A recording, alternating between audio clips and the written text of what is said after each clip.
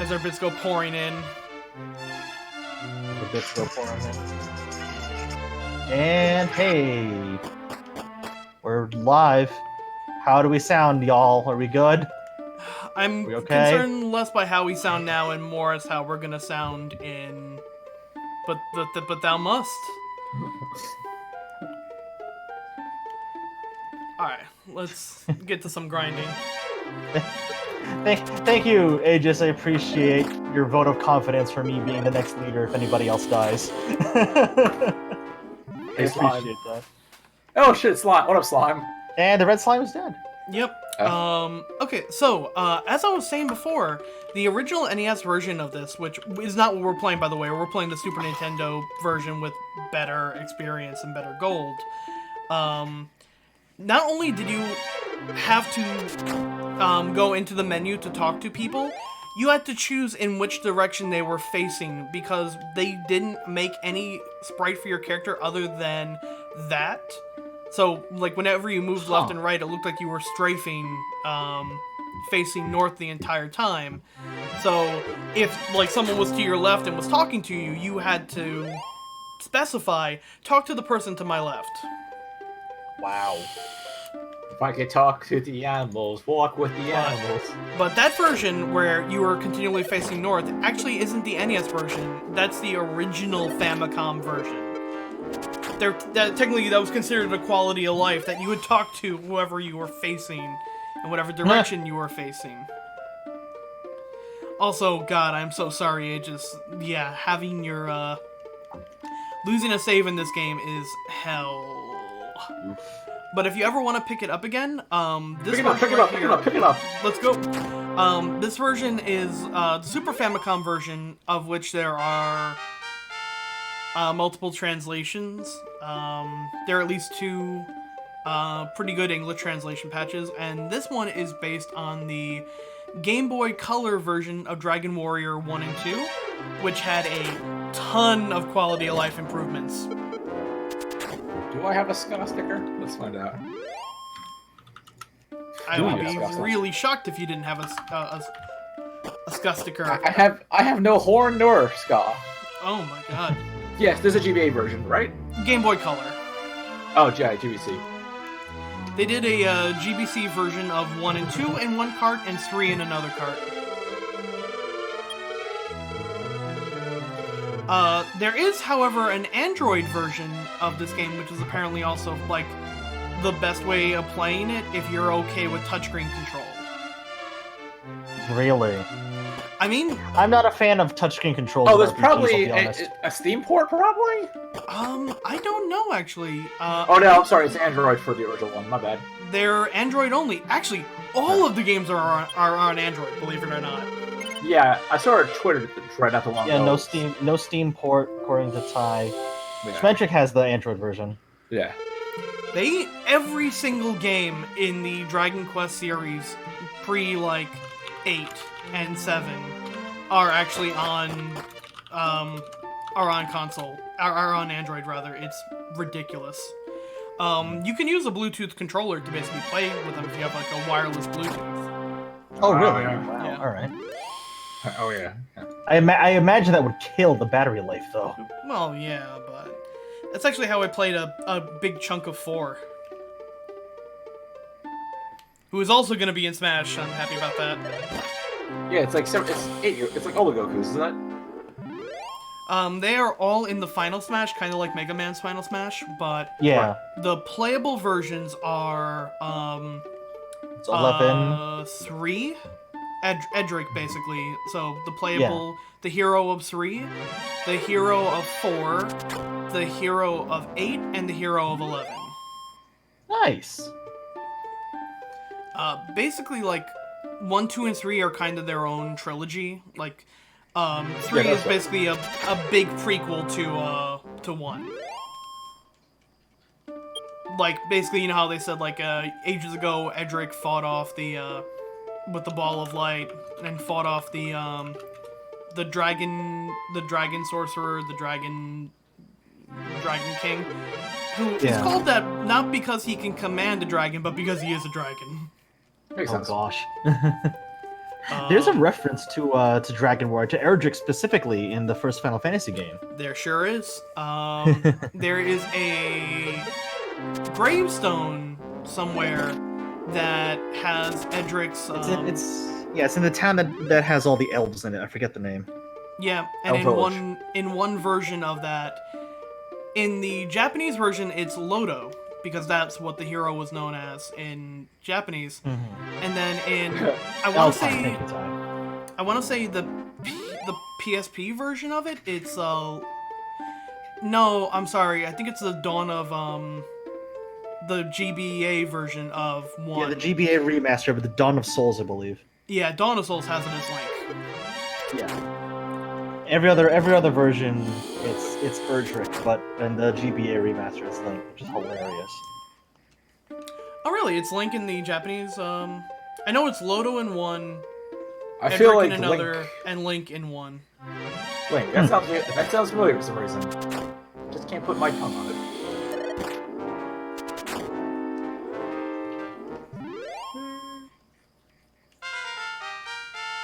I love that. I like. There's so many little bits of music and tunes from Dragon Quest that are so iconic. Oh, the music in Dragon Quest is so good, and the guy who composed all of it sucks. Speaking of sucks, Tom, you went a little Bill Cosby when you were yawning. Oh, really? Yeah. Oh, we're not gonna do a Bill Cosby streamer. That's one of our rejection gags from that weekend that happens. Yeah, he's kind of a he's kind of a Japanese nationalist, like fascist. Oh, yikes! Really? The composer, Yeah. not Bill. Yeah, the composer, not Bill Cosby. Oh, yeah, and he's also super homophobic. Like, Oh no! in case you want to know why it took so long for the orchestrated version of, like, the Japanese music to make it to America, is because he's been fighting it, like, tooth and nail. Oh my god! Yeah, he kind of sucks. So we are actually not going to go with, like, the good... Oh, actually, we could probably do a couple more fights. It's really important to get to level 3 as soon as possible, because you pretty much need that heal spell before you can kind of go off and do anything in the game.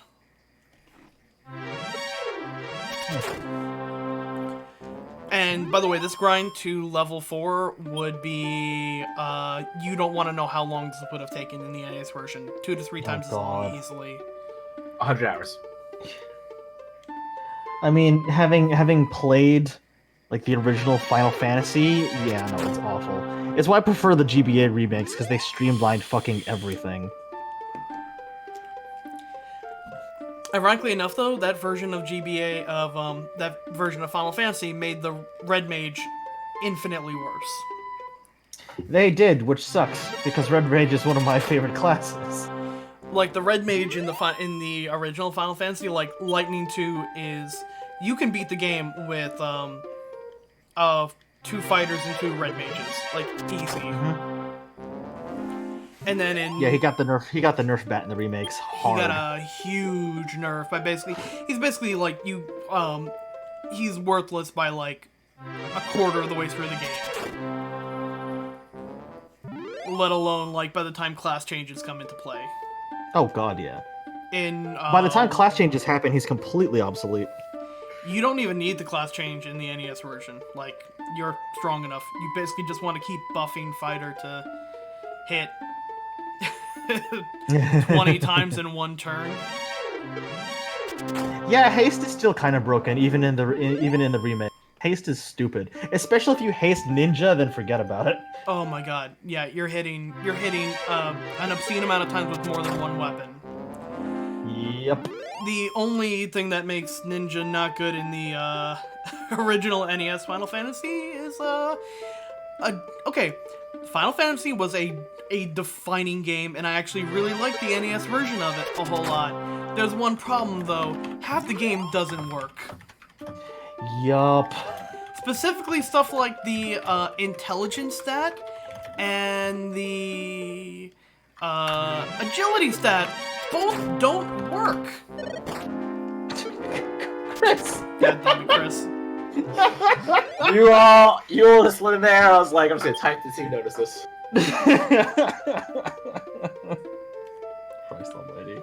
So basically, fighter is infinitely better than ninja in only the original. Yeah.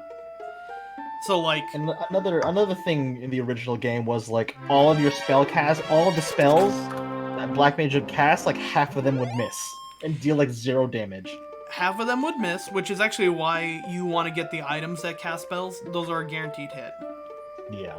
So like, that's why you don't need a black mage. A red mage with like Thor's hammer is better than any black mage. Also, figured. any sword that, like, you know, any sword that had an enchantment on it, like a fire sword or a holy sword, or one that did like enhanced damage against vampires, none of those worked. They're all none of them have their extra damage calculated. That was another thing that was like not until the original, not until the Dawn of Souls version did those like actually work. I mean, there was a reason why, you know, Square threw all of their eggs into one basket and into one last game. People forget that Final Fantasy 1 and 2 really weren't that good. Yep. Especially 2. Bless me. God bless. I would say Final Fantasy, the first 3 Final Fantasies are not very good. 3, I argue, is still worth playing and still good. It's balls hard. If you can find I like the DS remake of 3. The game is honestly. hard. The Bloodborne of Final Fantasy is real. The hardest thing about 3 is the final dungeon. The final dungeon of it is absolute bullshit God. because there is no save points in the Famicom version. They changed that, thankfully, but they did a dumb thing where like the midway save point, at least in the remake, the midway save point is like 2 steps away from the boss's door, which also has a save point. Yeah, they put too many save points in. I'll be honest, I didn't care for like the 3D remakes of was it 3 and 4? I didn't like 4, but 4 underwhelmed, which made me sad. The Game Boy Advance port of 4 is super good. yeah, see, in this one they kept Fireball. Fireball! Amazing. That should give us enough money to No, Chris, I agree. The GBA remake of 4 is great. The DS remake of 4 is awful. It's Butts in USA.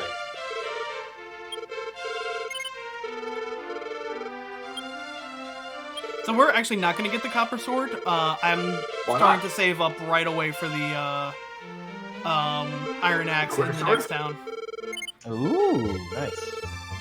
And because we're going for a strength and HP build, we have enough damage going between us that we really don't have to worry about that.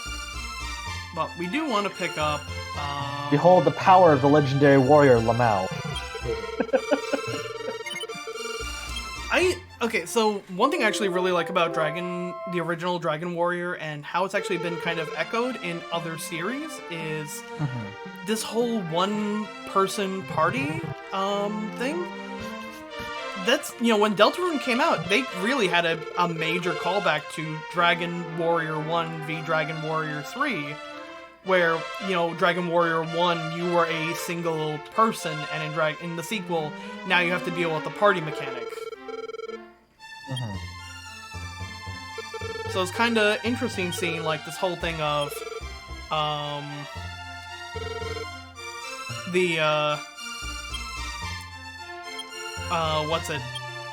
Earthbound was a game that was influenced by Dragon Warrior,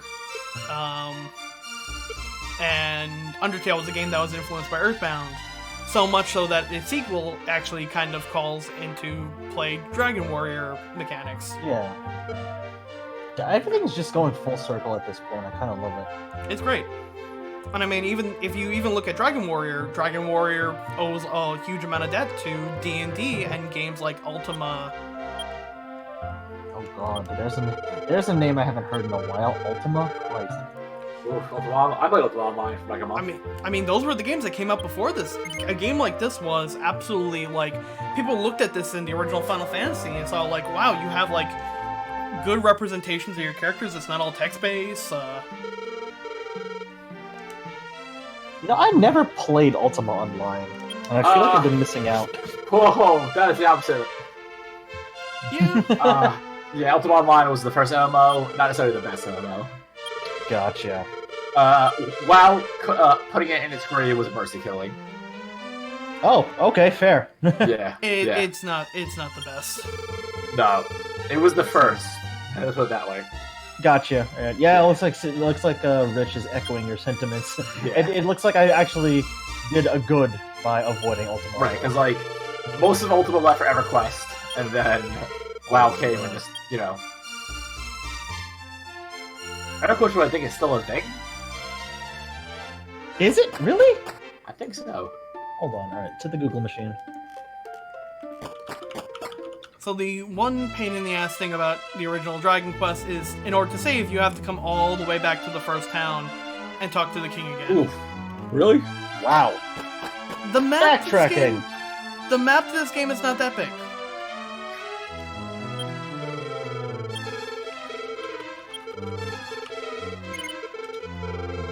Well, at least it's not as egregious with its backtracking as most Metroid games.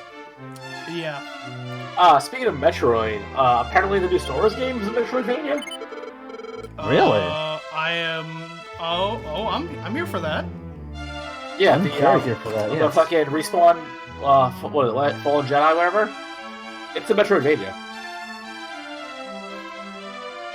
Which Dragon, rock the dragon, Dragon Quest Z.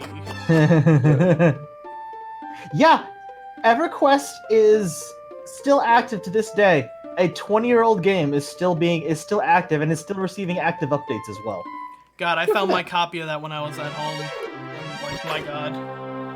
Speaking of internet games being good, I can't believe Nier made Elon Musk log off Twitter. Ain't that like the best? Yeah. Oh, EverQuest is definitely still a thing. Yeah. Yeah. John, it's not only still a thing, it's still receiving active updates. Right, that's still a thing. DC Universe Online still a thing. And yet City of Heroes is gone. I'm sad. I think City of Heroes parent company fell apart. Oh, that'll do it. Alright, so it's now lit. Oh, it's lit? Yeah, if you don't have a torch, you cannot see shit in any Okay. dungeon. Oh boy. Yeah, you can see a circle. I see a rock. Even without, it's still like Mount Moon level of confusing up in here. Basically, if you ever want to know like how, the Pokemon illumination spell, where it got its inspiration from, yeah. Hot take, but this game could definitely use more Clefairy. I mean, any game could use more Clefairy. So you're telling me that Dragon Quest originated a lot of video game tropes that we now see as basically, run of the mill and like standards of the RPG. Yeah. If you Dragon Quest and Final Fantasy, but particularly Dragon Quest, like every JRPG owes something to Dragon Quest and Dragon Warrior. So what you're telling me is that Dragon Quest and Dragon Warrior are basically the Twin Peaks of RPGs? Yeah. Cringeworthy as it might be, yeah. But not the Bloodborne of RPGs. Oh, I would say that even David Lynch would agree with that. Oh yeah, the game is like mine. Care to explain? No. No. No, I don't. Thankfully, they're kind of like the first dungeon, no enemies in it. So it's ironic that we, have that grave of Edric because the first thing you do in this game is read the tombstone of Edric. Oh wow. Edric. Edric dictated his own tombstone in hopes that you would read it. Amazing. Descendant, my name is Edric. 3 items were necessary to cross the Island of Evil, which can be seen from Tangential Castle. Or Tantagel. I always called it Tangential. I collected these items, crossed to the island, and defeated the Evil King, which can all be seen in Dragon Quest III. I then entrusted those items to 3 wise men in the kingdom. Their descendants protect those items and await your arrival. When an evil demon rises once again on the island, collect those items and slay the creature. The 3 men await your arrival somewhere on the island. Go forth, my descendant. Go forth and die. So that's kind of our call to action. That's insane. Holy crap.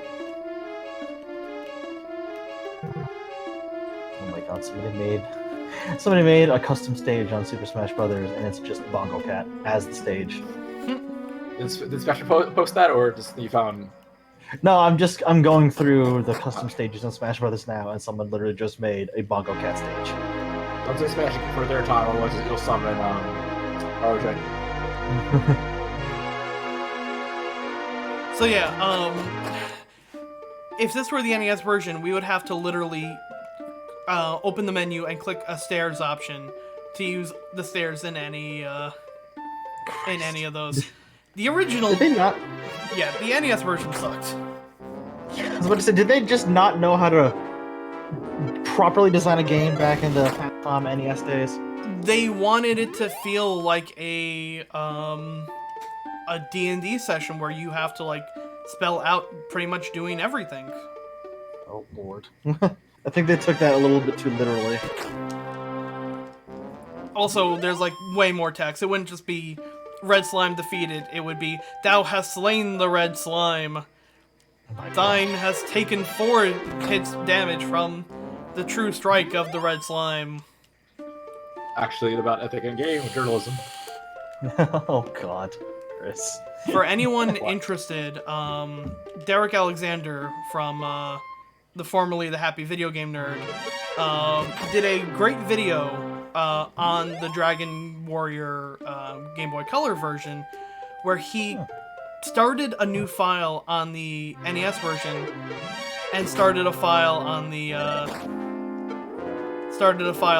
Game Boy Color version, and saw how long, in 30 minutes, how far was he in one and how far was he in the other. Okay. How bad was the divide? Really bad. It was something like, in the first half hour, he was still only level 3 and had just saved up enough money to like buy some basic upgrades. And in the GBC version, he was like level 6 and already through the first 2 dungeons. Holy crap. I think there's the Puff Puff is in every version of it. Oh, right, the Puff Puff. Oh no. But that's really about it as far as like explicitly lewd jokes go. Puff Puff. Which I almost made that, by the way, that'll be the gift for the next Dragon Warrior stream we do. Oh my god, yes. I like how that, of all things, is the running joke in Dragon Quest. And they even put it in Dragon Ball, because, like, of course they had to.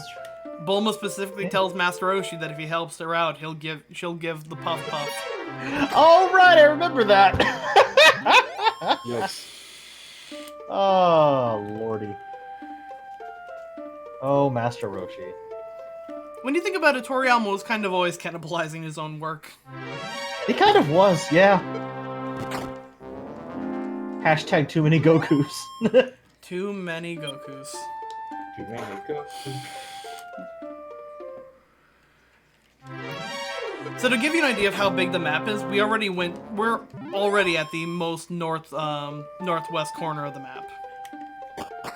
For real? Holy shit. Yeah. That's how small ass map. Yeah, it's not that big. Yeah, let's hear your song.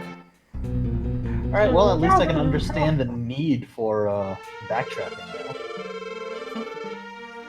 now. Ooh, I have a cursing they show Tom later. Oh no. Uh-oh.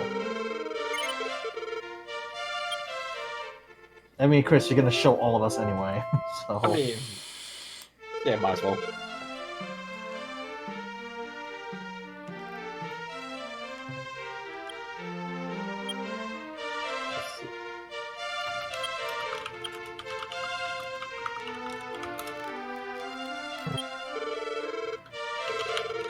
The dual team man. Oh, I am nowhere near enough money for the Iron Axe. Gonna have Oh, to right, go back I remember that Dragon Power was the first Dragon Ball game, update-wise.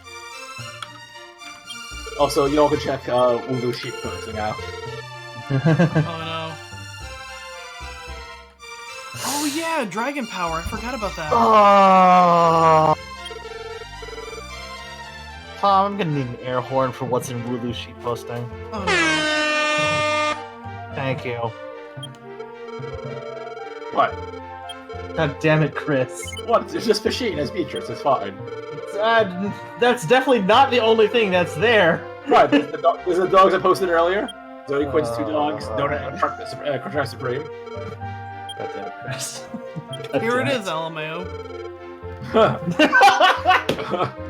God. Here it is, LMAO. How can I help you? We clearly picked the best name. It's party rockin' time. It's in the house tonight. Jesus. Dragon Quest is in the house tonight. But we changed the name so we come out on the stage. You know, I was grinding around here to try and get enough money for the hand axe. I'm trying to fight on Spookies and Drakies. Oh.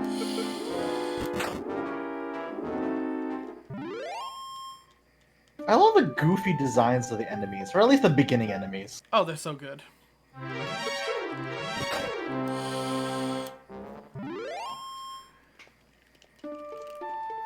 Really, so long as we have the heal spell, we can...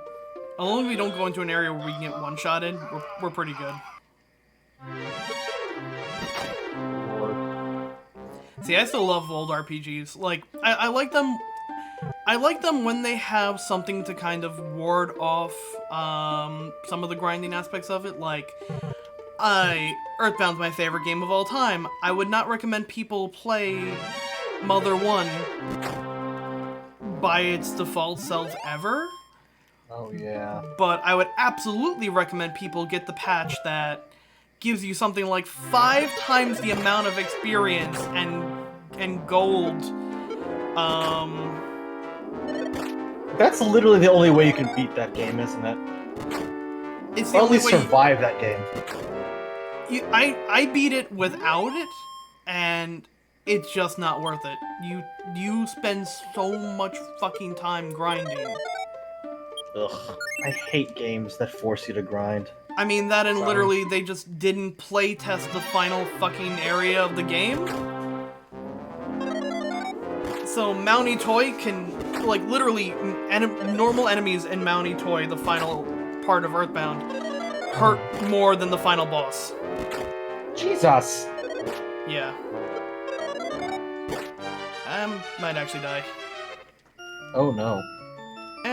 Death. There isn't much penalty to death. You lose half your money. You lose half your money, but Also, it's the Pokemon rule. You just lose half your money and then wake up in a hospital. Yeah.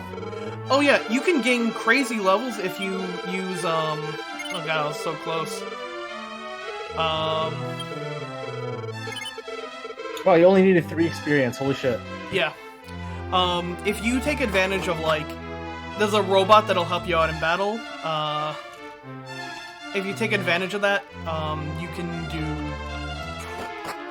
crazy grinding, but it's not even that you want to, it's that you have to in order to, like, do anything of, in order to, like, get through that final area. And your strongest move in the final area of Mother is your flee, basically. Like, run away from everything.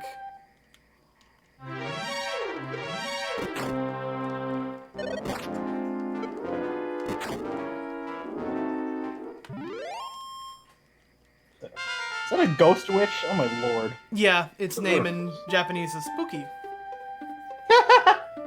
Aw, that's adorable.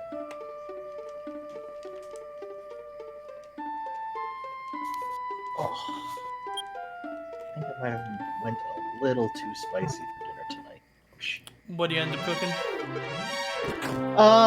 Kimchi, turkey, and udon. Ooh. I think I might have gone a little too heavy on the kimchi. I mean, it was delicious, but it burns. I didn't think that was Tastes like possible. burning. I was at work until about 7:30, so I just picked up Popeyes. Nice. Oh, chat wants to know what RPG world you could live in if you could. Probably Earthbound. I mean, it's I think kinda- Pokemon's the safest bet, honestly. Yeah, Pokemon definitely. Yeah. I mean, all I have to worry about is getting owned by a kid with a Squirtle. Final Fantasy bullshit is way too out there. It's like, oh cool, the timeline's been compressed. What does that mean? Exactly. Who keeps summoning Meteor? Jesus Christ. Yeah. Oh, come on, just bought a house there. God, I saw an image. I was like, so, Shinra injected Genova into you. It's Cloud talking to Sephiroth. So they injected Genova into you. Yeah. And you hate them for that. Yeah. So you should help us fight Shinra. I'm gonna summon Meteor and destroy the world.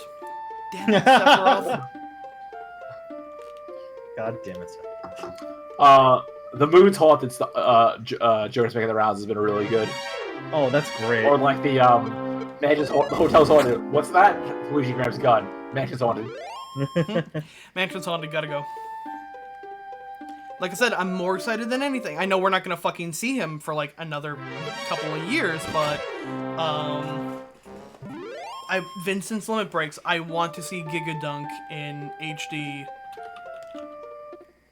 So Gotta get that badly. HD dunk. Oh, that was the one I kind of hoped. Okay, good. We can still kill him really fast. Oh, Jesus. That's a gold Scorpion hurts. Scorpion hurts. Scorpion bad. Oh, Warlock finally saw Captain Marvel. Nice. Hooray! Yeah, this is the reason why we wanted to get strength as much strength as possible. We don't want to fight those. We don't want to let those guys like ever really attack us if we can avoid it.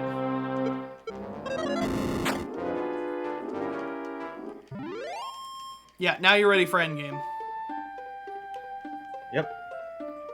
There we go. And just like that, we've made back pretty much all the money For that a we hot lost. minute, I thought you meant this game's endgame was like you're about an hour to the game. Really? Speed running for this version is like 3 hours, I think. Hour to 3 hours. The NES version actually is 30 minutes if Yikes.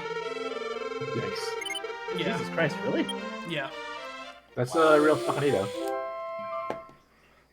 Well, it's 30 minutes, but also the guy who did it, like, is a fucking living task, and specifically on the NES version, like, mapped out, like, basically, you know how people can do perfect RNG manipulation on certain parts of Pokemon?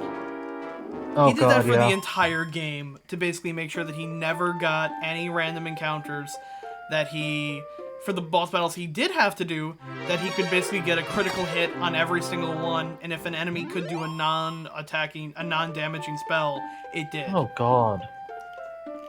It's basically how you almost have to manipulate item placement and enemy placement for the credits warp in Super Mario World. Yeah, like he would be walking, pause for like half a second, take 2 more steps, pause for another half a second, and he's like, yeah, if I was a frame off of either of those two, run would be over. By the way, for anybody interested, the credits warp speedrun record for Super Mario World is 56 seconds. Christ. I don't It's know how real people fucking do good. that. Holy shit. That is what the kids call insane. Yeah.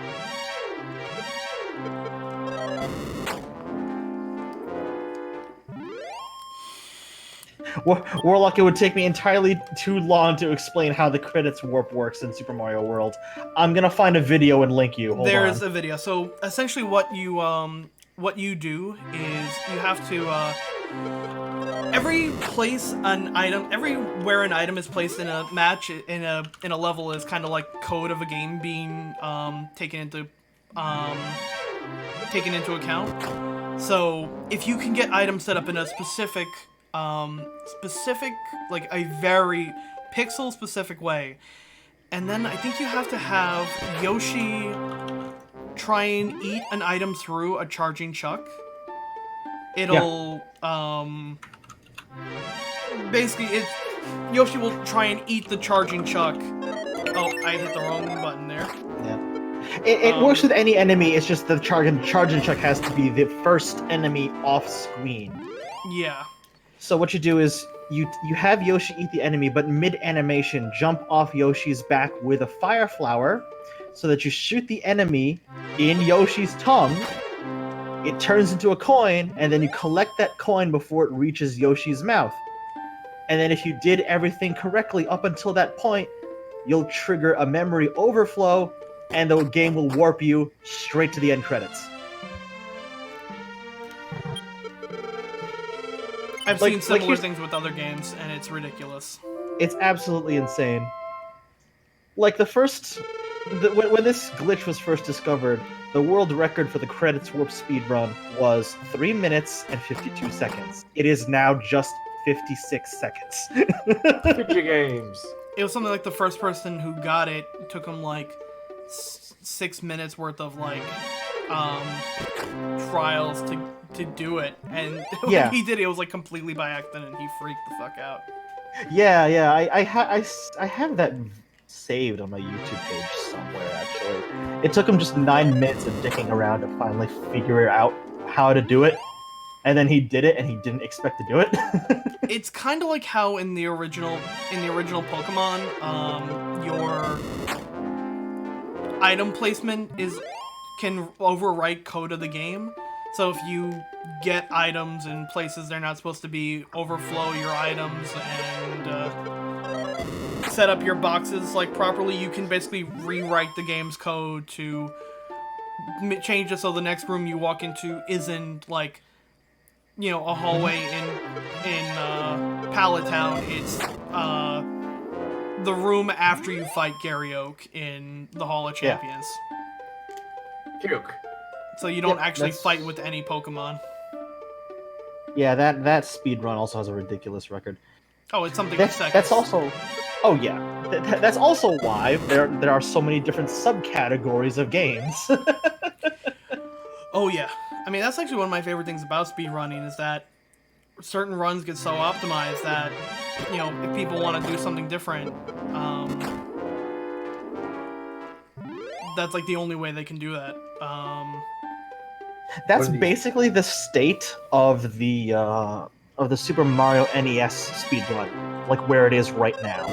Oh, because it's the only way they can save. The only theoretical time save on NES Mario is like sub-pixels. Yeah. It took them like something along like 6 or 7 years to shave off 1.5 seconds of the world record. Mario 1 is really interesting because of the like, it has a quirk to it where the way the world record holder describes it is every time the stage ends, there's a 24 frame. It's like a bus leaving every 24 frames. If you can get there the second that bus shows up, you'll immediately be taken to the next level. If you miss it, you have to wait 23 frames to get there. So it's like you can only save or lose time in increments of 24 frames. It's ridiculous, because the record now is like what, 355. Yeah. A lot of people in the Mario speedrunning community saying the second somebody hits 354, that's it. There's no possible way we can go any lower. Yeah, tasks are like, we can't optimize this game any further without like, not even like without new discovery. There is like next to nothing else that, you know, unless people can play on task level of like hitting left and right at the exact same time 3,000 times while also spamming the jump button 4,000 times. And not breaking an NES controller in the process. Yeah. Just the this is why I love people on YouTube like Summoning Salt and Dots Are Cool. I was hoping that you would bring up Summoning Salt. If you ever find yourself with a free 20 minutes and you want to watch something genuinely fucking interesting, there's a man on YouTube called Summoning Salt, and people who have basically taken up the mantle from him on doing their versions of these games. He has what's called the world record progression in X game. So it'll be like the record of a game like Donkey Kong 64, where the first recorded speed run of this game was something like in 2004 for 5.5 hours, and oh my god, yeah, just every single trick people learned over time to cut that down. In some cases, they'll spend 6 years to cut the time down by a fraction of a second, and in some cases, in 3 weeks, a guy will optimize the hell out of a category, play perfectly, do everything great, get a time in Donkey Kong 64 of like 3 hours and 45 minutes after like grueling his hands down to the bone, getting every single optimization perfectly, and then someone else will come the next week, discover a glitch to get through an area, and shave, 2.5 hours off the time. Yeah. It's ridiculous, because it's just like, the very first world record for Donkey Kong 64 was something like 5.5 hours. It's now less than 30 minutes. And that's gotta feel like that's gotta be disheartening to the people who who busted ass to get those times. I know. Chris Tales, I don't think I did. I don't think I did either. Also, Chris, are you still there? I'm here, yeah. Okay. I'm actually gonna cut out the What's up? I'm gonna cut out voice. I'll be in chat because I'm just a little tired. Oh yeah, no worries, dude. Sure. Yeah, no problem. Yeah, I'm sick or allergies or whatever. But tomorrow I know that feeling. What's tomorrow gonna be? What thing? Probably Bloodstained. If I get my code, probably Bloodstained. Nice. Nice. All right, Cool. I feel better, Chris. I'll see you guys in chat. Bye. Peace. See ya. Timrod says it could be worse. It could be like Doom, where they found a secret no one knew about for 20 years, and it completely invalidated every world record on the list. Oh my god. Wow, I did not know that. That's why, I'm almost afraid to see what the times for Resident Evil 7 are like now, because I'm sure that people have, found time saves that took my run from, 8th place to, 400. Oh god, yeah, no kidding. Okay, bye, John. Thank you for stopping by. See you, John.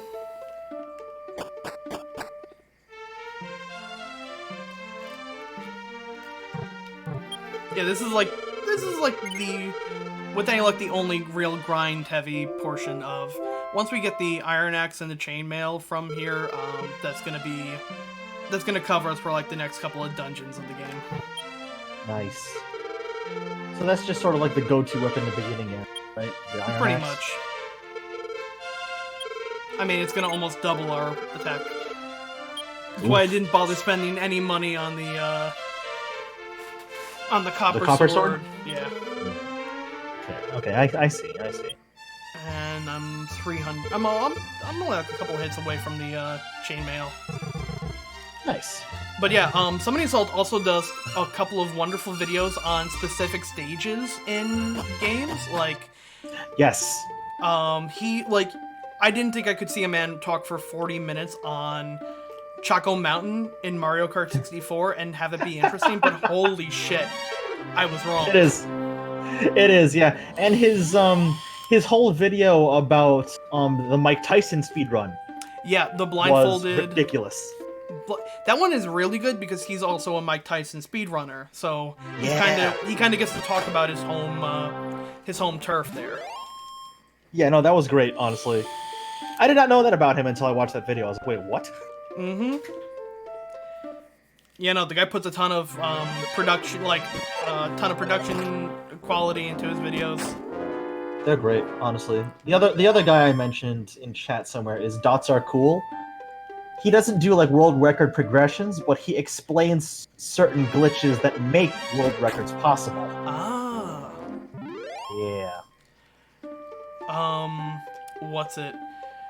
It's gotten to the point now where people inspired by Summoning Salt are doing like their own.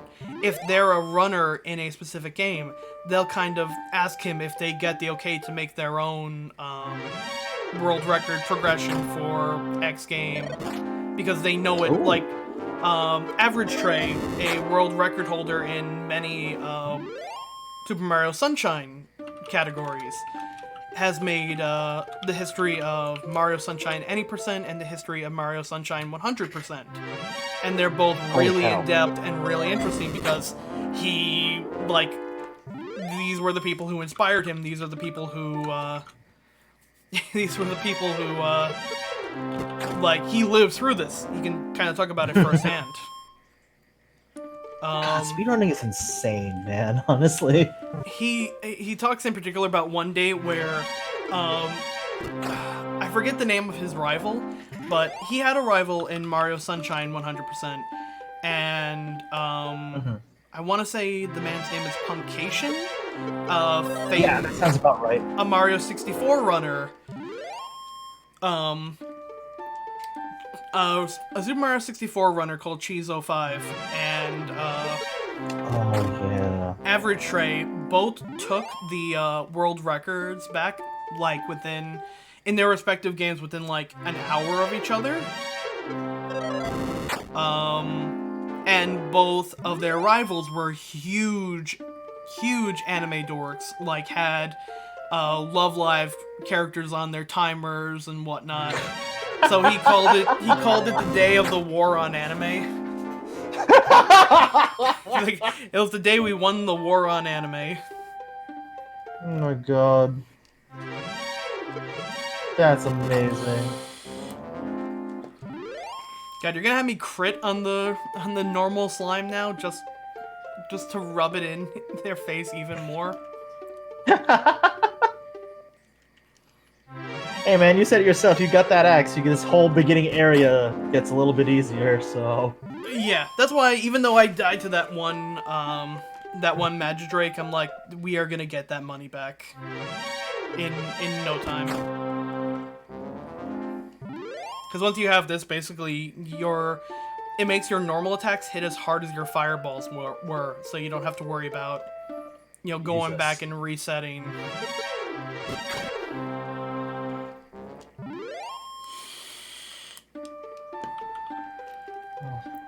How was your weekend, Tom? It did pretty good. Also, I noticed that we got a couple of subs and followers while I was busy messing with my audio. So thank you, Isle, for the sub and follow, and thank you, Pixel Jank, for the resub, and Warlock for the bits, and Chris for the bits. You buddy. I mentioned this on Twitter, but for this Hey, entire month. For this entire month, all money from subs, bits, donations are all going to the Transgender Research Center of Long Island, part of our Pride Month, our Pride Month initiative, I want to say. Pride Month charity drive at this point. Yeah. So pretty much everything that, you guys give, we aren't seeing a dime of it. It's all going to charity this month. Yep. Hey, thank you, Nathan, for that sub. Yep. Any bits, any donations are going straight to charity this month. We keep none of it. Mm-hmm. And you're honestly helping out a good cause. Yes, you are. Alright, I can go ahead and sell that bamboo pole. And now I should be taking a significant reduced amount of damage. Nice.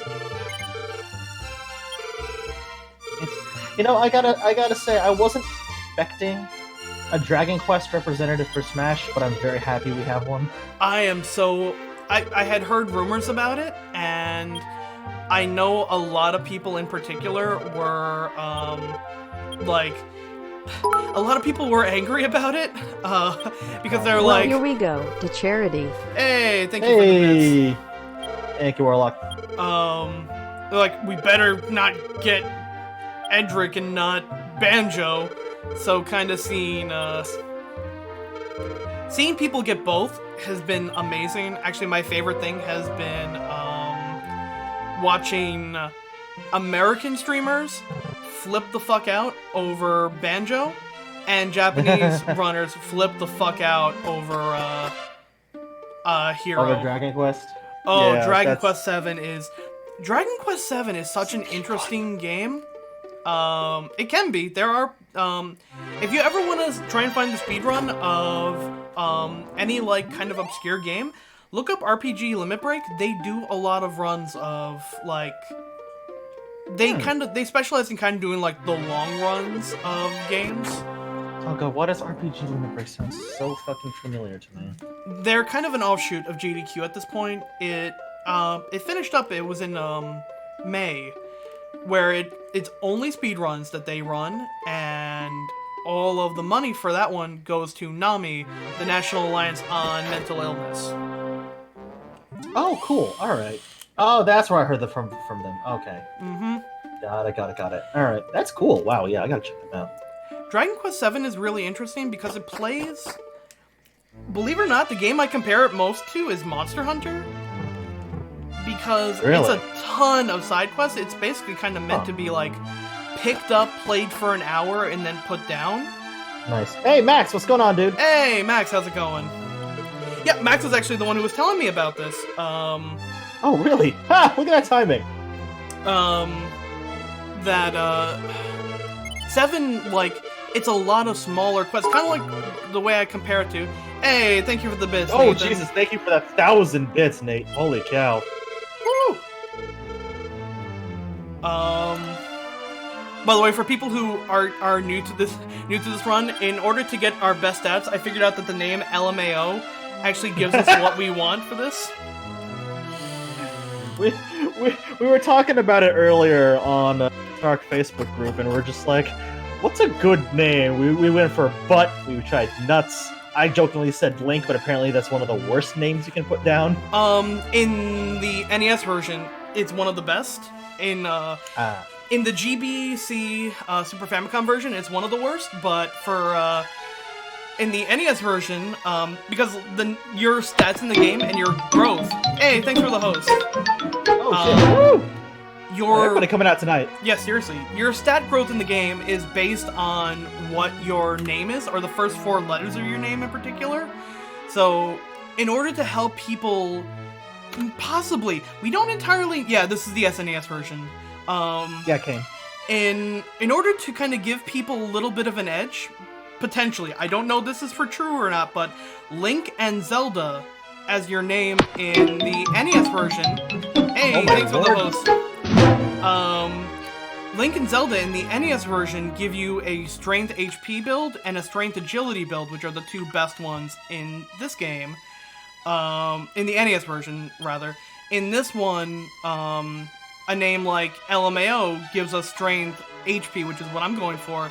So, kind of like the way that it works is, with each level, you can get a max amount of something, and other stats get diminished over time. So, I have it set so that with every upgrade, with every level, my strength and my HP are getting maximum, but my agility and my maximum MP are slowly dropping. So, yeah, we found a generator that could, like, tell you what name gives you, what name is gonna give you, what stat build. And we went through a bunch. We went through, like, I found that Ness actually gave me what I wanted. We were trying, like, butt, we were trying nut, we were trying all of these. And I told Chef, hey, ironically enough, Ness gives us what we want. And so my response was just LMAO. Yeah. And, so I typed in Tom... LMAO, and sure enough, LMAO also gave us, like, the perfect build. So I'm like, well, shit, I know what we're going with now. It's hilarious. It's absolutely nuts. Oh, holy cow. Well, yeah, thank you, Max, for the host. Thank you, Kane, for the host. Yeah, seriously. Anybody new coming into the stream, any donations and bit donations for the rest of this month are going to the Transgender Research Center of Long Island. Bits, So- subs, donations via our Tiltify link, all of them Yep. are going to charity for this entire month. Not just tonight. We're also doing a Borderlands stream every Sunday, Biterlands. Yep. Or if Um, you just want to donate during any stream we do this month, feel free. yep. We keep none of what you donate this whole month. All going to them for Pride Month. Do we have a Moobot command for the Tiltify link, by the way? Yeah. Like a direct Moobot command? Direct one, I don't know. I know we get one every... Every few... Yeah, because I see Moobot right there. Oh god, you got skeletons now. Yep. I forgot they hit harder. Still not hard enough to cause me too much concern. I still have my health. And Fireball still hits really hard.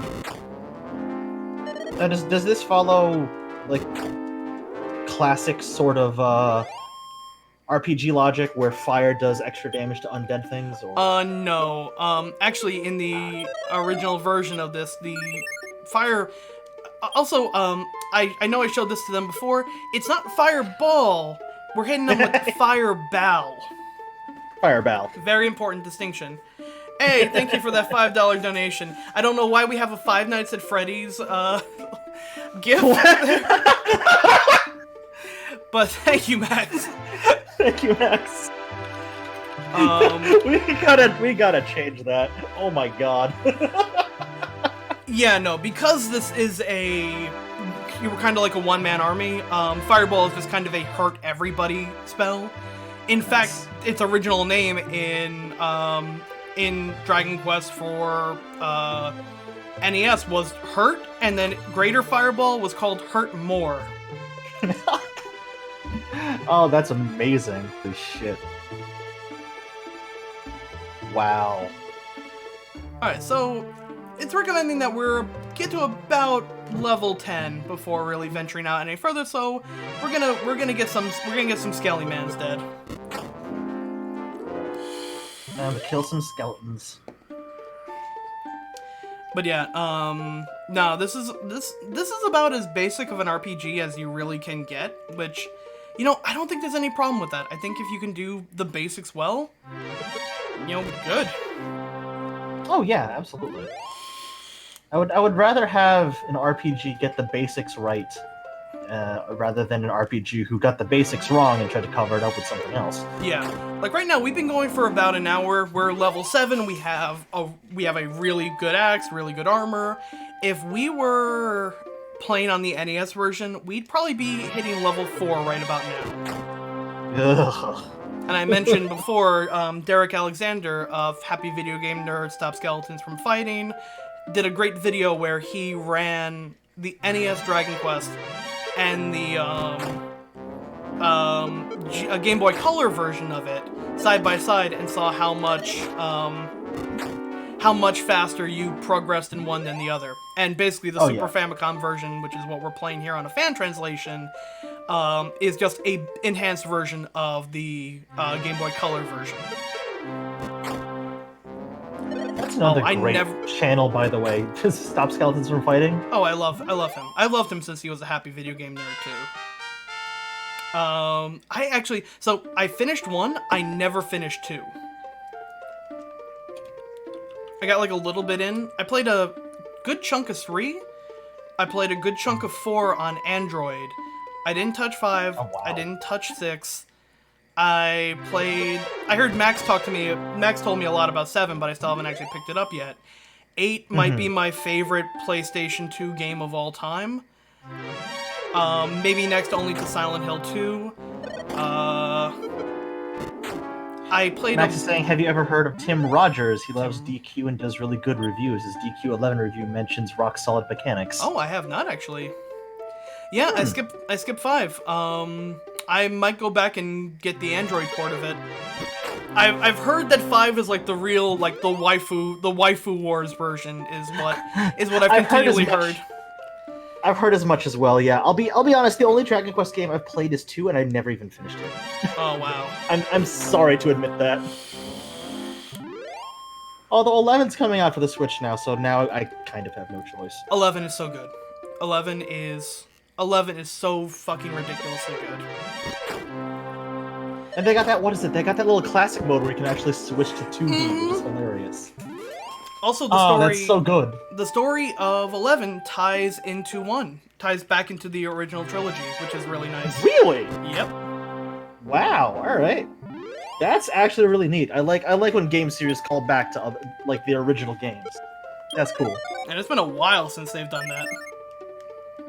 Because like 1, 2, and 3 are kind of their own trilogy, and then yeah, 11 is pretty much between the first two. Two being a sequel to 1, and 3 being a prequel to 1. Oh shit! Wow, that's really neat.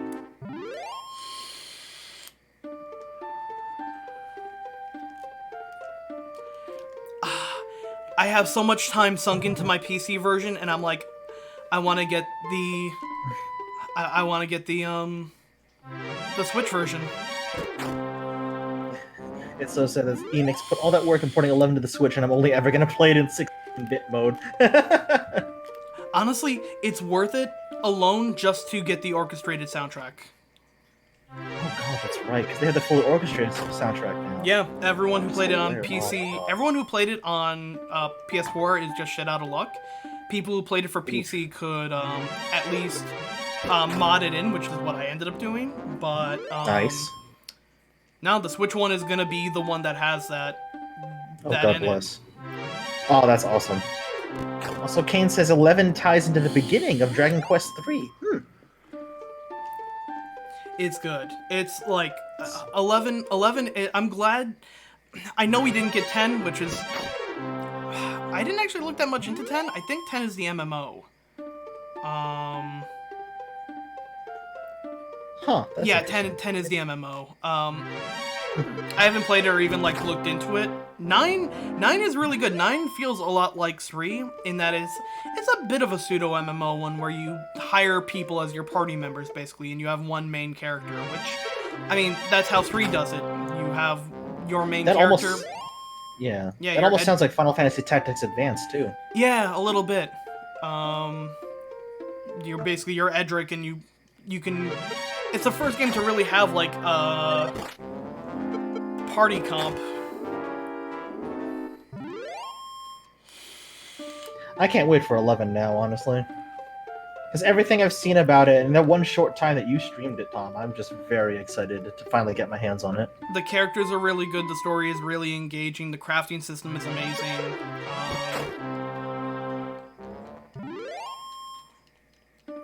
Yeah, we're getting too many games in September and March. We are getting way too many fucking games, and that's a good problem to have. I said this when I was rewatching the Nintendo Direct on stream last week. Come November, I am going to be broke. Yep. Oh, Collection of Mana. I went out and bought that. Ooh. I bought the collection like the fucking night it came out because I've been waiting for 3 to get an English release in so fucking oh. I really wasn't expecting them to do that. I'll be honest. That caught me completely off guard. 100% off guard. Between that and Romancing Saga coming back, like, Oh god, yes. Oh what god. the shit? It's the first... I'm also very nervous now because it's just like, all right, what finger on the monkey's paw is gonna curl up next? How would you describe what's so special about Dragon Quest to someone who's on the fence about getting it and might worried about being bored? I'll let you feel this one time. Who? It's almost... Okay. When you go to a restaurant that specializes in something, and you get, like... Vanilla might be a really boring flavor in comparison to other ones, but if you go to a place that has the best vanilla in the world, that it does it so well and does it so perfectly, you would recommend people to get that vanilla. And that's kind of what Dragon Quest is. It's basic compared to other RPGs, but it does it so well and feels so good, and you can feel its influence in everything, that it's like 8 lacked the grittiness of the Shin Megami Tensei RPGs that honestly are the only things that could probably tie it for my favorite RPG on the console. but I just had such a fun time playing 8. You know, I would recommend people to play it in addition to like Digital Devil Saga, which is my other highest recommendation on the PS2 for an RPG. Oh God, yes. But like, Listen, Digital Devil Saga was my jam. if you can play 8 and not have a good time, you just don't enjoy having a good time. Yeah. I mean, it's hard to argue with that. It doesn't really do anything spectacular or like amazing or have like a crazy twist or like it doesn't have like the, you know, heartful impact to something like a Mother 3, but Christ, you're gonna have the time of your life playing it. It's almost like I'd have to like know someone a little bit to know I could recommend them a game like Digital Devil Saga and know that they'd be interested in it. But there's no one who would disenjoy playing a game like 8. And it's just because it doesn't like overreach its systems. It knows how to keep it simple. When like a game like Ni no Kuni should be amazing, but its combat system reaches so fucking much that it's honestly hard to recommend it to people unless you already like that kind of gameplay. And I don't feel that. I don't feel like anything holding me back from recommending 8. That's kind of why I was so stop-start on playing through Ni no Kuni. It's just the battle system threw me for such a loop. It's a beautiful game, but it's not a fun game. Yeah, that's actually kind of how I feel about it, I'll be honest. No disrespect to anybody who likes Ni no Kuni, by the way. I agree, it looks beautiful, but it's not fun to play through. I remember when Ni no Kuni was coming out, I was saying to myself, this might be my Dragon Quest VIII of the PS3, and not at all.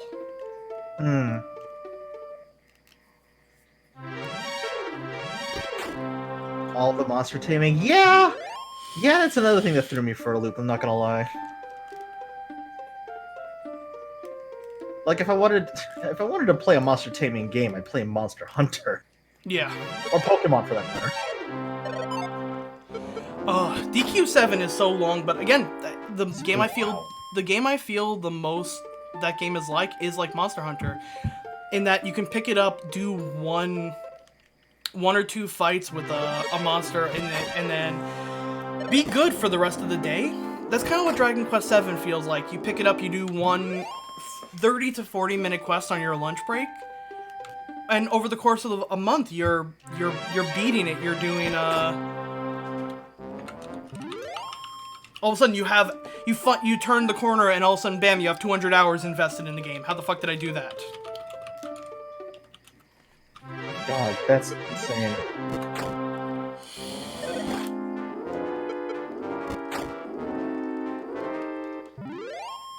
I mean, stylistically, 7 looks nice. I just don't think I can handle a game of... It's the kind of thing that's like, it's daunting when you tell someone like, oh man, I spent 500 hours playing Monster Hunter 4. Which isn't a lie. I spent 500 hours playing Monster Hunter 4.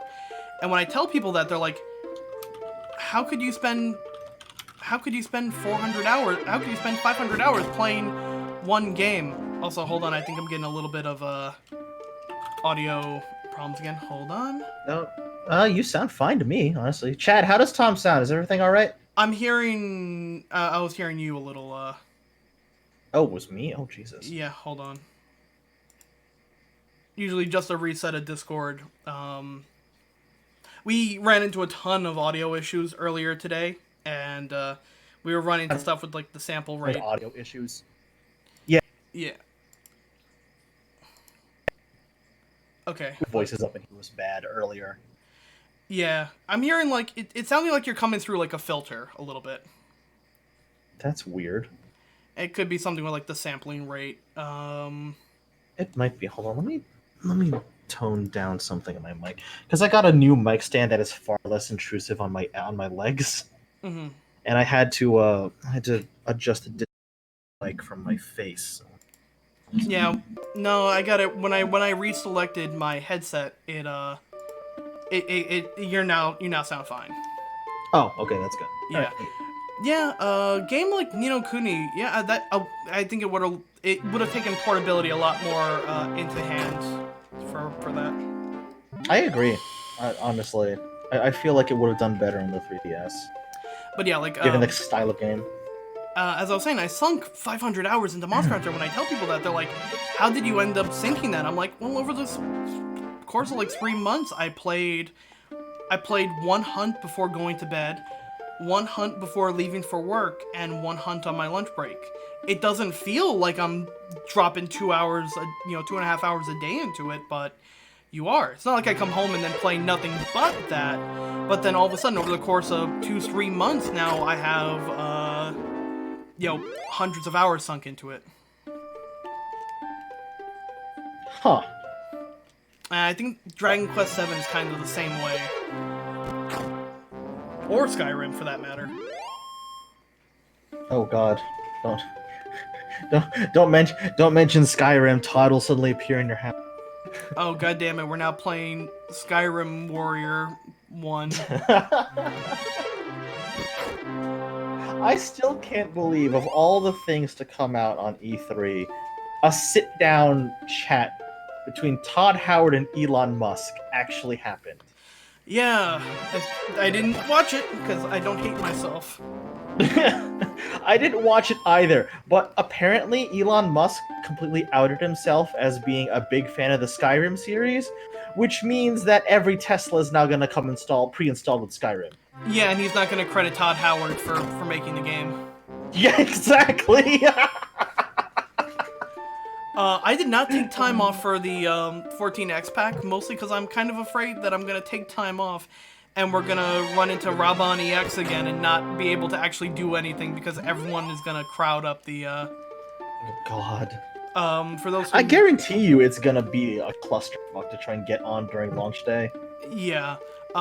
Literally last year, so the first, story quest in Stormblood is given to you by the NPC Raban, and literally so many people crowded him on the first day of the expansion that people couldn't click him. He was, despawning. Oh God, wow. Yeah. So people called it Raban EX, trying to, the hardest fight in the game was actually trying to get to him.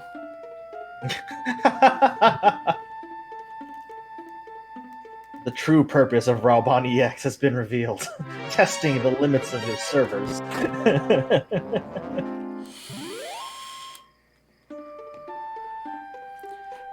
Oh, you just couldn't pass through a cutscene? Oh, wowzers. Chris is asking if it's the end of the month for pre-orders and the July for... Yep. Yep, that's it.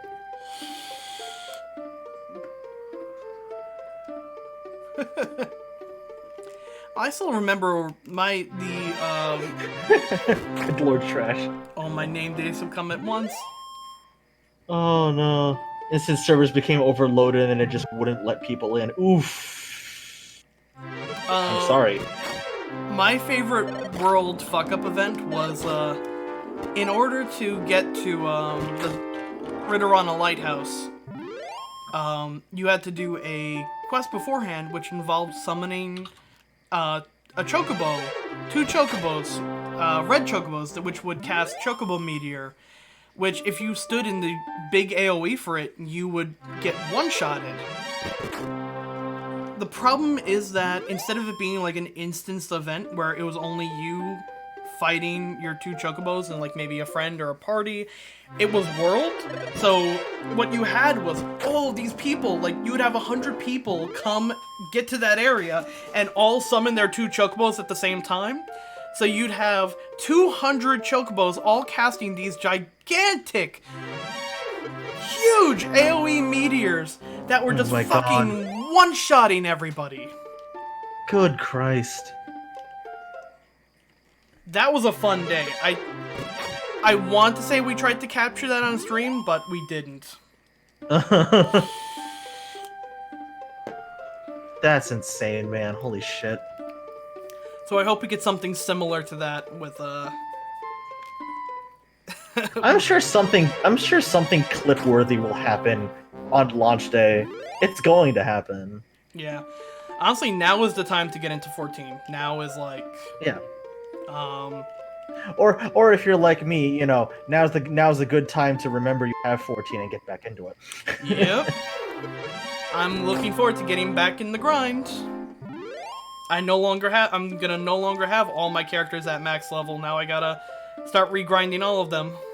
There you go. There you go. Yeah, you know, Aegis, I've noticed that too. A lot of streamers I follow who just like go deep into WoW have all just jump ship to 14 now.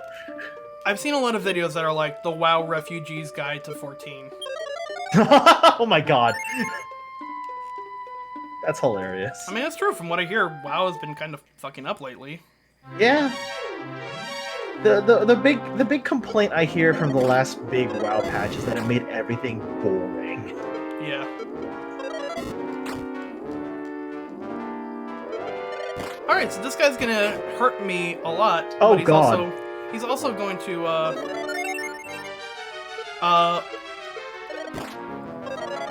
let's see if we can put him to... Okay, he's asleep. We're gonna Okay, live. nice.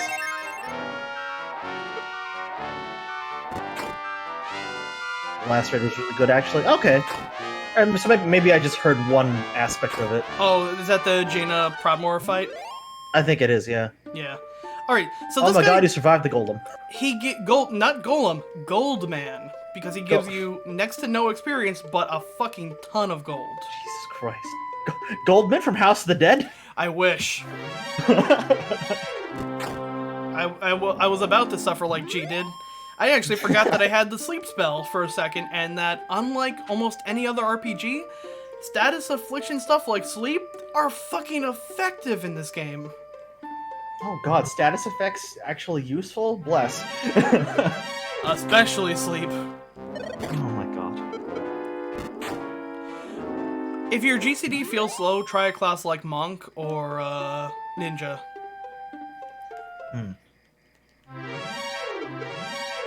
Your GCD will be flying.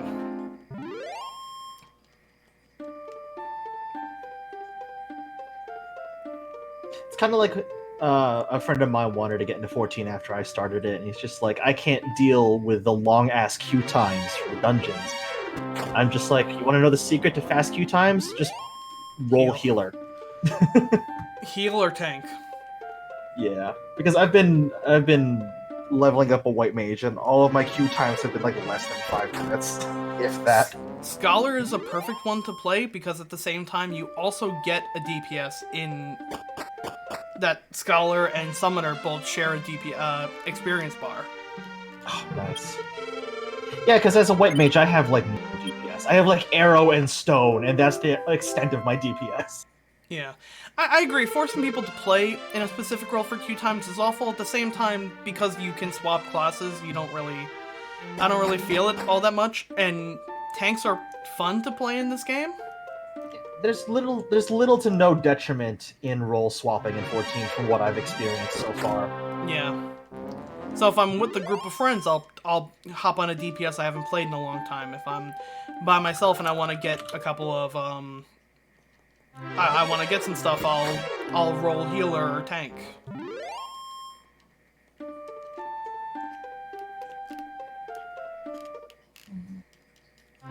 The overworld music is so soothing for this game. Oh my god. Yeah, it's actually I one of the could reasons. listen to this. I could listen to this on loop and just fall asleep. It's actually one of the big reasons why I picked up the SNES version of it. I love the Game Boy Color version of this. It fixed so many problems. But the music is a little more grating, and less so much in the overworld, but particularly the dungeons. The first couple of seconds of the dungeon music are painful, and you just hear it looping over and over and over. Ugh. Okay, I will agree with that. A lot of classes are not fun to play pre-50. And pre-50 content is like, my favorite classes are like Summoner. My main class is terrible pre-50. Black Mage is terrible pre-50.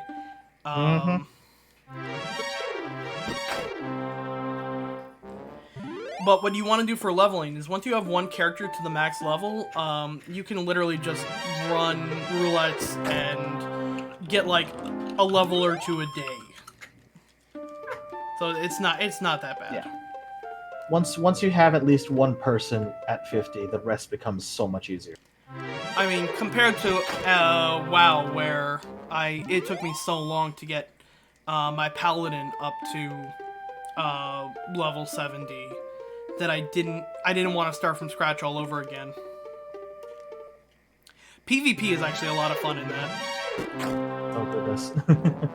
If you Yeah, I want remember the last stream you guys did. If you want a PvP, play Bard. I keep hearing that.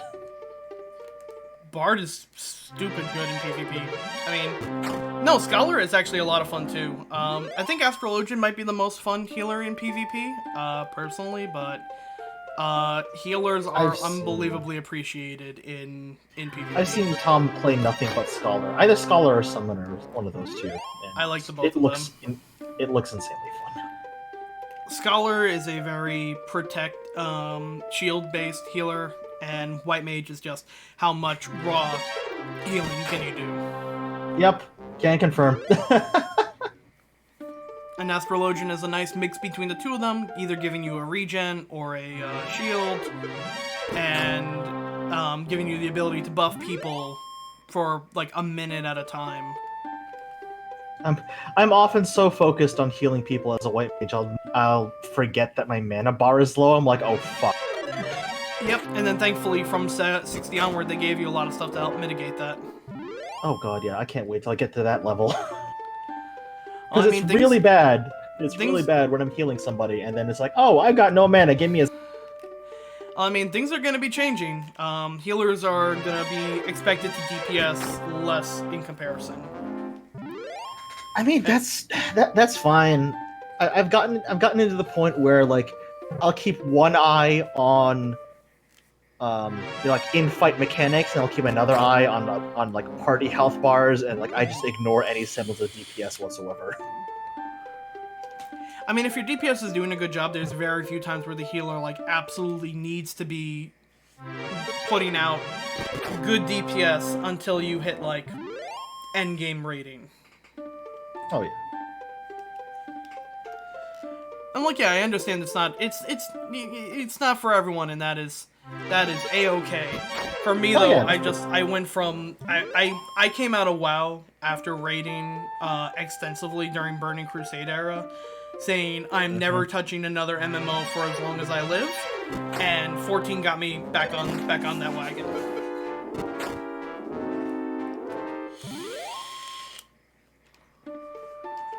I honestly never thought I would get back into another MMO ever until I started watching you guys play 14. I'm like, I can get back into this. That's like the biggest compliment. Whenever we play something that doesn't get like a huge amount of viewers, it's like, because it's hard to tell sometimes what's gonna get people in, what's gonna make people sit down, and I know what games I want to play, and this is one of the few times where like we're doing pretty good numbers on a game that I did not expect us to do pretty good numbers on. So it was like, for a while, when our 14 streams were doing good, but not like, not nearly on the level of like Jackbox or anything like that. But the fact that I had people basically coming up and telling me, hey, I got into the game because of you, like, that's about the biggest compliment I think anyone can, like, give a streamer. Yeah, man. I mean, like, it only took like a handful of streams for me to cave and buy the game. So I'm like, you know what? Fuck it. Well, because it fixed basically every problem that I had. You don't have to level by just doing quest over quest over quest over quest. Yeah. Like, I had originally, when 14 was originally launched, like, I wanted to jump into it almost immediately, but then the whole debacle of the original game happened. I was there for 2 months I played the beta, which was terrible, and then Lindsay, Joe's wife, convinced me to try 14 because she was a huge 11 player. And I did it for 2 months, and I'm like, jump in this game and never looking back. If I went one more month, I would have been a legacy player with a permanently reduced subscription price. Oh, damn. Wow. But yeah, now you can level in WoW just by doing pet battles, but at that time, the best way to do it was dungeon grinding and quest grinding, which for me, I was a protection paladin, so I wasn't getting enough. I was a troll rogue. That was a weird combo. I don't know. I just like how trolls look in WoW. I was a blood elf paladin because that was the only paladin you could have. I didn't like it. I wanted to be a Tauren paladin so fucking badly. Tauren was my first choice. I ultimately went with troll. Yeah, now you can, but by the time they did that, I stopped playing. That's a big mood. Actually, the big Well, reason... may fix themselves. Go ahead, sorry, I was just reading something. The big reason why I quit WoW when I did was I was a Blood Elf Paladin, and the big difference between Paladins and Warrior/Druids was that our enmity didn't come from strength like a warrior. Our enmity came from spell damage. So all of my gear, all of my stuff was based around spell damage to get the most enmity. I think my main weapon was a shaman PvP weapon that I used in PvE. So Holy moly. yeah, I dumped all of this time getting all this equipment, and then like in one patch they're like, hey, we're changing it. Paladins now generate aggro based on strength, not by spell damage. So it was like all this equipment that I had was useless. Yeah, no, trash. I can see that. Playing Paladin in Burning Crusade was a death sentence. Yep. So when that happened, I quit right at Sunwell. Because I didn't want to have to re-gear I didn't want to have to get new trinkets, new weapons, I'd have to do fucking so much work just to get myself like to the point where I could be raiding again. And our guild leader was also a prod paladin, so like our two best tanks were basically taken out of the market. Yikes. Ooh, trash, you were a paladin from vanilla? Ooh. Prod Paladin was so much fun. I loved playing it. It was so much fun to basically have a one-button AoE get everyone on you forever consecration button. It was great, but I also I built the deck of cards that basically took almost all of my money and all of my and multi-taunt. Oh. Yeah, I dropped a ton of money on the deck of cards that was built for Prod Paladin, and then one day, okay, it's not good anymore.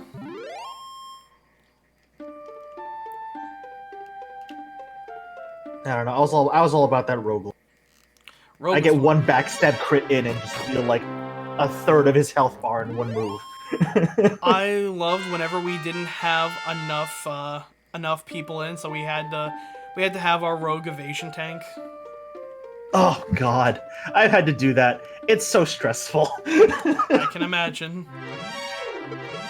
All right, and it's so stressful because the way I built my rogue is I'd basically be the dumbest like glass cannon ever. Mm-hmm. So if I took one hit while I was evasion tanking, I would be floored. I'm like, oh, someone help me, please. Gruul was such a fucking... I had to run that so fucking often. Gruul, Magtheridon, SSC, the Eye. We were like every night we were raiding. Zul'Aman, Karazhan. Oh my god. So, thanks for stopping by, Max. Have a good night. Karazhan, I have fucking like Vietnam flashbacks to, because when I hit 70,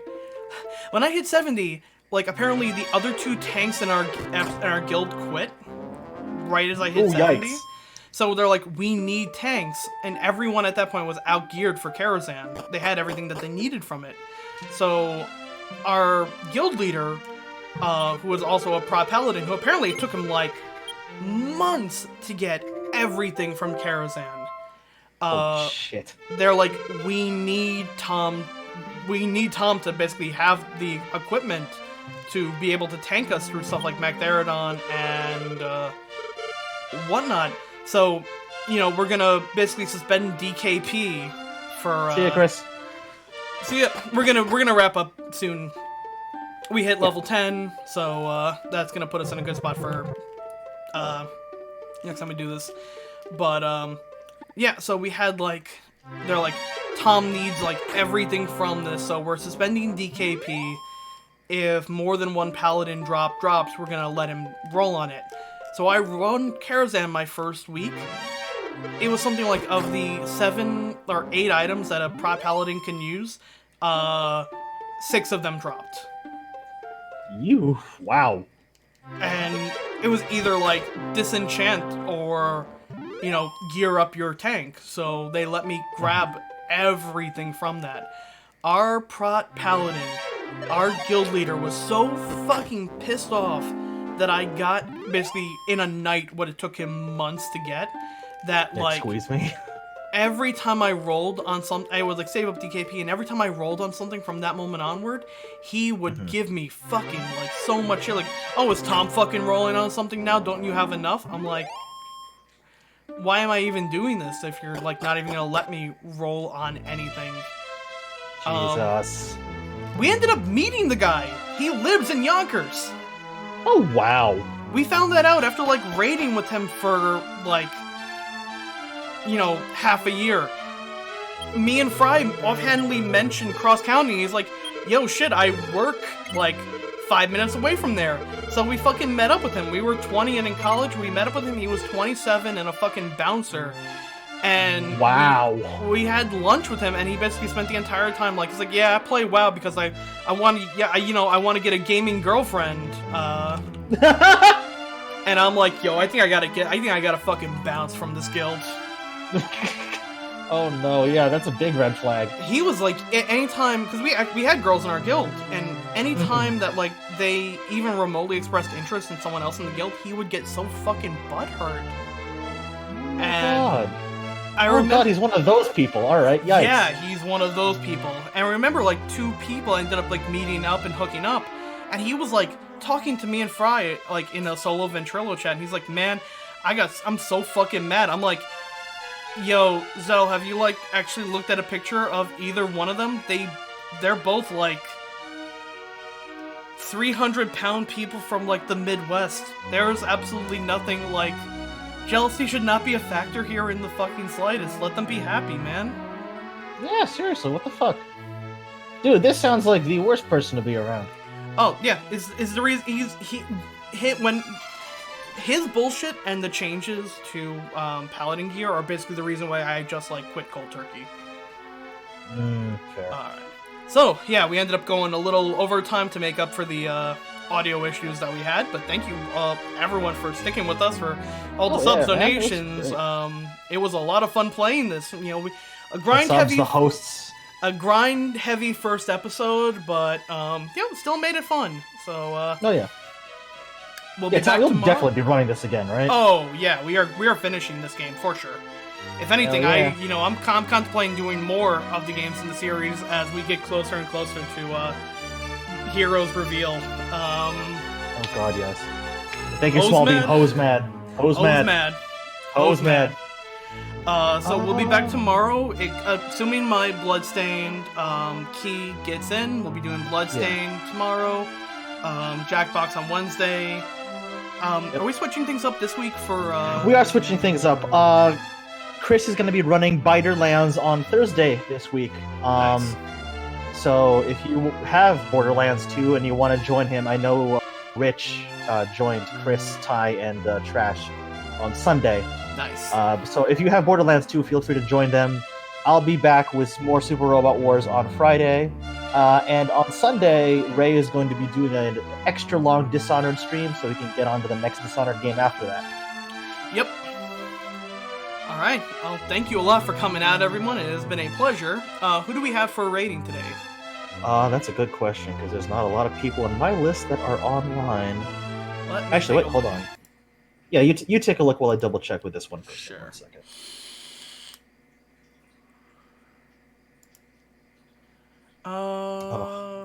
God, I could listen to the Dragon Quest soundtrack all fucking day. Oh, it's so Holy easy shit. on the ears. I haven't talked to Lily in fucking forever. I'm gonna raid a friend of mine from the fucking cosplay days, who is apparently a big art and League of Legends streamer. Oh shit! Hey, go for it. I haven't seen Lily in fucking forever, but Wait, Lily as in Lily Pichu? yeah. Oh damn, nice. So when you get to Lily's channel, smash the it looks like they have a follower subscriber only chat. Oh. If you are able to, smash the motherfucking nut button, and Yeah. we'll see you all tomorrow. Thanks a lot for coming out, Peace. everyone. See ya. All right, raid went through. Awesome sauce.